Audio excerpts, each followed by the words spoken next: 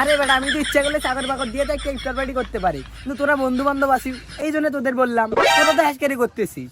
আরে বেটা আমরা তো সবাই একটি বন্ধু বান্ধব, তোর শুরুতে এরকম ঝামেলা করতেছি, আমরা কি একসাথে মিল্লা জিলা একসাথে ইফতার পার্টি এটা সম্পূর্ণ করবো, তার আগে তোরা এরম শুরু করছিস। এরম করলে কি ইফতার পার্টি সম্পূর্ণ হবে নাকি বেটা?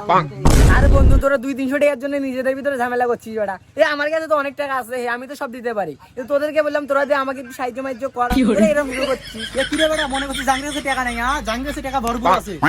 বেটা তোরা বলতেছিস যে তোরা টিয়া দিবি, কাজ কাম করতে পারবি না, আর তাহলে আমি কি একা কাজ করবো নাকি? সবাই মিলা ঝিলা একসাথে কাজ করবো, ইফতার পার্টিটা সম্পূর্ণ করবো আমরা।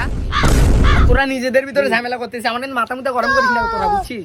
আরে বন্ধু থাক, গরম হইস না তুই, আমি টাকাও দিব কাজও করবো। আরে বন্ধু আমি আমার ভুলটা বুঝতে পেরেছি, টাকা পয়সা বড় কথা না, বন্ধুত্ব বড়। আচ্ছা বন্ধু, তোমরা ইফতার বাড়ি ডেটটা ঠিক করো, বুঝছিস না? আর আমাকে বলিস, আমি আমার ফোনে আছে 500 টাকা, আমি 500 টাকা এখানে তো সেন্ড করে দিতে পারি। আচ্ছা বন্ধু তোরা যেহেতু তোদের ভুলটা বুঝতে পারছিস, আমি তাহলে ইফতার পার্টি টাইমটা ঠিক করতেছি।